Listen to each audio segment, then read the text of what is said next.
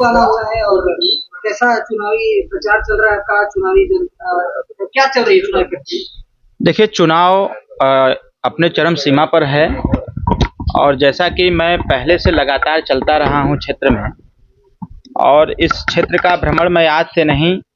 हमको लगता है कि 2008 से ही मैं लगातार कर रहा हूं। उद्देश्य चुनाव लड़ने का नहीं रहा जब तक हम लोग भ्रमण किए, लेकिन कहीं न कहीं जब माननीय प्रधानमंत्री जी, माननीय गृह मंत्री जी और माननीय मुख्यमंत्री जी ने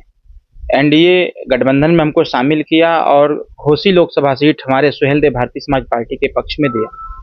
उसके बाद माननीय प्रधानमंत्री जी के आदेश निर्देश पर प्रत्याशी हमें बनाया गया। और जब से मैं प्रत्याशी बना हुआ हूं और क्षेत्र का भ्रमण कर रहा हूं, हर चीज़ सही है, एके है तो ओके है। और निचले स्तर पर जाने के बाद चाहे कोई भी समाज हो, सभी समाज के लोग बहुत खुश हैं, पूरा सपोर्ट कर रहे हैं, समर्थन कर रहे हैं। और समर्थन करने का एक कारण भी है, क्योंकि विगत 10 सालों से लगातार जो देश के माननीय प्रधानमंत्री जी ने, एनडीए सरकार ने जिस प्रकार से देश को विकासशील बनाने के लिए और विकसित बनाने के लिए जो प्रयास किया है, ऊपर से लेकर के निचले स्तर तक, बिना जाति भेदभाव के, बिना किसी बंधन के, समस्त वर्ग समस्त समाज के हित के लिए जो उन्होंने कार्य किया है, कहीं न कहीं उसी का परिणाम है कि इस बार जनता ने नारा लगा दिया है, अब की बार 400 पार। पिछले चुनाव में जो कुछ सीटें हारी हुई थी एनडीए, इस बार हम लोग साथ में हैं। और 18 जुलाई 2023 को जो एक नारा हम लोगों ने दिया उत्तर प्रदेश को लेकर के कि अब की यूपी में 80 की 80, कहीं न कहीं उसी 80 में ये घोसी लोकसभा सीट भी आती है और इस बार प्रचंड वोट से